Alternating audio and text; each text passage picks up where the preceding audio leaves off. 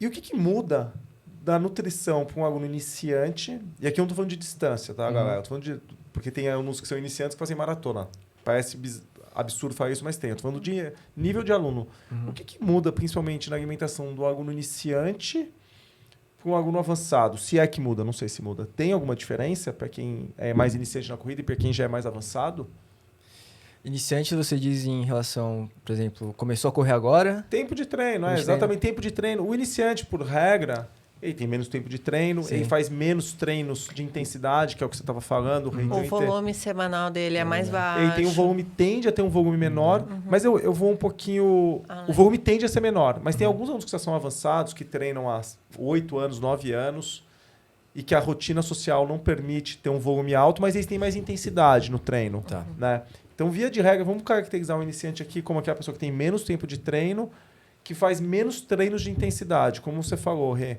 Intervalados, fartleks, treinos de tiros, treinos ritmados. O iniciante tem, mas ele tem pouco. Né? Às vezes, 1 na semana.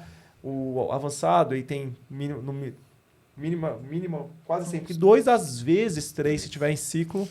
E às vezes o volume é maior. Normalmente o volume mas pode não ser. Mas é mais a intensidade. Os tipos de treinos com intensidade. Acho que assim, um corredor iniciante, ou enfim, a gente consegue promover performance ou, enfim, bem-estar muito mais na alimentação. Então, fazendo alguns ajustes básicos na alimentação dele. Então, o que ele vai comer no pré, de pós, comida, né?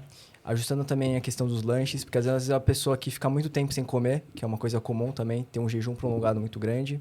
Enfim, acho que a alimentação, só ajustando a alimentação dele, ele já vai conseguir ter uma melhora gradativa e significativa na corrida dele. Já o avançado, a gente tem que ter um olhar um pouquinho mais específico. Então, como que vai ser a intensidade daquele treino? Qual vai ser a duração? Qual vai ser a quilometragem que o Felipe passou para aquele longão? Ele passou um longão de 15 quilômetros, mas é progressivo.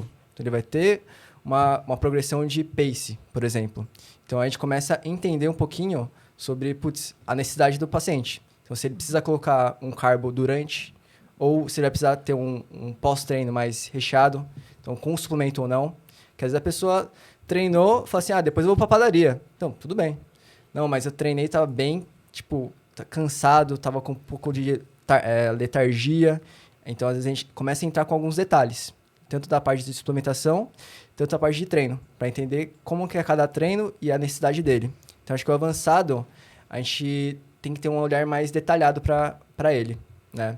O iniciante, a gente tem esse olhar, mas com o básico já é o suficiente. Já ajuda. Já ajuda. Mas só que aí, quando a gente coloca a intensidade, a gente fala de um carro, vamos dizer assim, ele vai gastar mais, ele vai ser mais beberrão, vamos dizer assim. Sim. Então, se ele gasta mais energia, ele vai ter uma demanda energética maior. O avançado. O avançado. Então, aí a gente está falando da diferença de um cara que come 3 gramas de carbo por quilo de peso para um que vai de 7 a 8 gramas, podendo chegar até 12, dependendo do nível. Tá vendo que a gente está falando de 2 a, dependendo, até 4 vezes mais do que um iniciante, porque é a demanda que ele exige não só antes e durante o treino, mas também ao longo do dia para a parte de recuperação.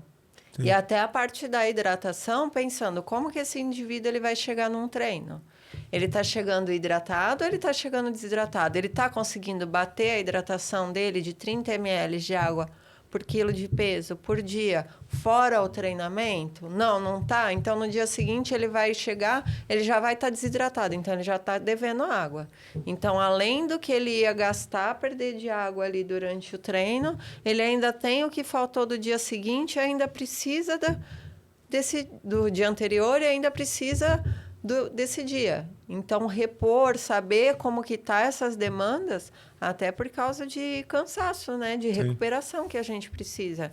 Então, precisa se entender, vira e fala assim, beleza, deixa eu ver sua planilha, deixa eu ver que ritmo que você está fazendo. Porque uma coisa é a gente ver a planilha. Outra coisa, ele me fala, Rê, no meu longo eu estou fazendo num pace de 4,40. No meu longo, quanto tempo que dura isso daqui? Ou, meu longo, ele vai ser dividido em blocos. Aqui eu vou fazer num ritmo de prova, aqui eu vou ser... São demandas totalmente diferentes. E até porque, por exemplo, tem uns treinos ali que eu vou ter um sprint maior.